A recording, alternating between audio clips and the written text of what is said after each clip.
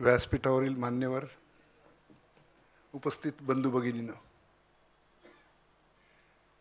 पार्लेकर अरुणरावांना त्यांचं मी अभिनंदन करतो की त्यांनी एक सुंदर वास्तू या ठिकाणी उभी केली.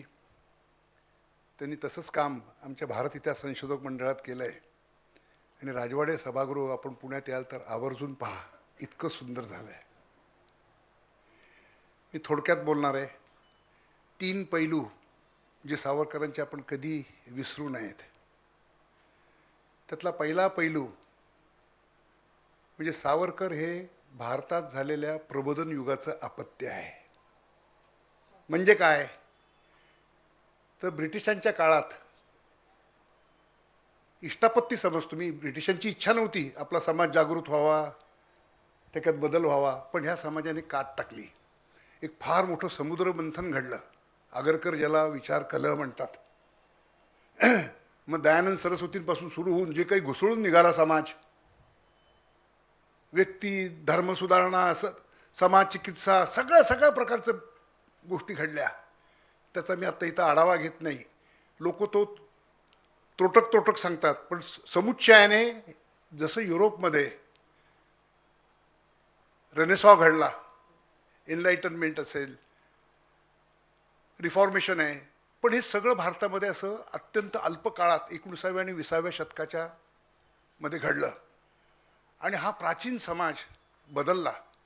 तर हे जे सगळे वेगवेगळे स्रोत आहेत, राजकीय बदलाचे, सामाजिक बदलाचे, इतिहासाकडे बघण्याच्या दृष्टिकोनाचे, व्यक्तिगत जीवनमूल्यांचे, सामाजिक जीवनमूल्यांचे, सगळं वेगळे लोक जे दिसत आहेत, तर ते सर्व तुम्हाला सावरकरांमध्ये समाविष्ट दिसतील.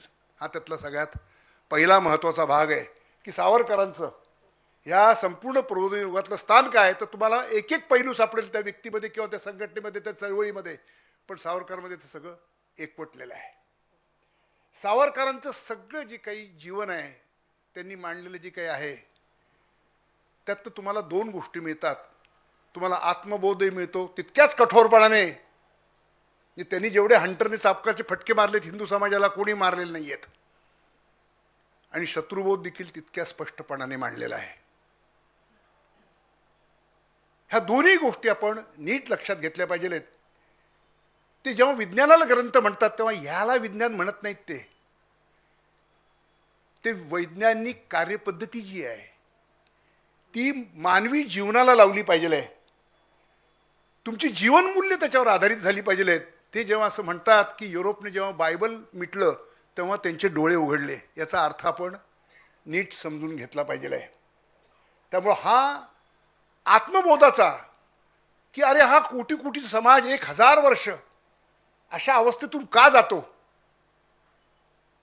इथं त्यांनी हे जे दुसरं मूल्य मांडलं सगळ्या आकलनातून, की जेव्हा जेव्हा राजकीय हिंदुत्व हे प्रभावी असतं त्यावेळा सांस्कृतिक भारताचा नकाशा डोळ्यासमोर आणून बघा की मध्य आशियापासून, चीनपासून जपानपर्यंत भारतीय संस्कृतीचा प्रभाव पसरलेला आहे. आणि राजकीय हिंदुत्व जसं क्षीण होतं तसं तुमचा सांस्कृतिक नकाशा देखील क्षीण होतो. हे इतिहासाने सिद्ध केलेलं सत्य आहे. आणि त्यामुळंच ह्यातल्या प्रेरणा कोणत्या आहेत की ज्या राजकीय हिंदुत्वाला ज्यांनी जिवंत ठेवायचा प्रयत्न केला त्याचा धांडोळा त्यांची इतिहास दृष्टी घेते. त्यामुळे हा महत्त्वाचा एक धडा त्यांनी आपल्याला दिलेला आहे की आपल्यामध्ये काय कमी आहे, तो हा आत्मबोधाचा धडा. दुसरा धडा आहे शत्रुबोधाचा. त्यांनी हिंदुत्व या ग्रंथामध्ये मुसलमानांना का वगळलं, ख्रिश्चनना का वगळलं, ज्यूंना वगैरे नाईलाजाने वगळलं. त्याचं कारण माणसाचा बायोलॉजिकल DNA चा संबंध नसतो इतिहासाशी, त्याच्या सिव्हिलायझेशनल DNA चा संबंध असतो. हिंदू मनाला पडलेला एक प्रश्न आहे, तेवढा मी अगदी पटकन सांगतो, संपवतो. तो गांधींनी पहिल्यांदा जिनाला विचारला, अरे तुझे माझे पूर्वज समान आहेत, आपला जो सांस्कृतिक वारसा आहे हजारो वर्षाचा हा आपला समान आहे, आपली मातृभूमी समान आहे, आपण रक्तबंधू आहोत, आणि केवळ उपासना मार्ग वेगळा आहे म्हणून बाडग्यांनी स्वतःच्या राष्ट्राची मागणी केली मी पहिल्यांदाच ऐकतोय. याचा इतिहासामध्ये कधी दाखला नाहीये. हा हिंदू मनाला पडलेला प्रश्न आहे.